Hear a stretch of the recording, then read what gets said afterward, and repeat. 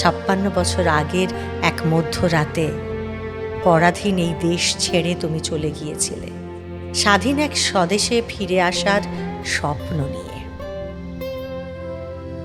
তুমি ফিরে আসোনি, স্বাধীনতা এসেছে।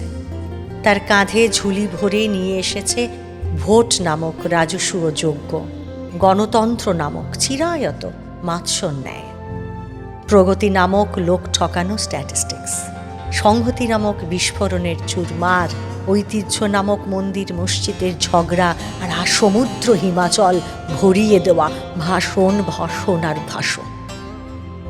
56 বছর ধরে তুমি পাথর হয়ে আছো। 56 বছর ধরে ভারতবর্ষ অধীর অপেক্ষায় কান পেতে আছে। ইথার তরঙ্গে কবে হঠাৎ শোনা যাবে স্বাধীনতার নিজস্ব কণ্ঠস্বর। আমি সুভাষ বলছি।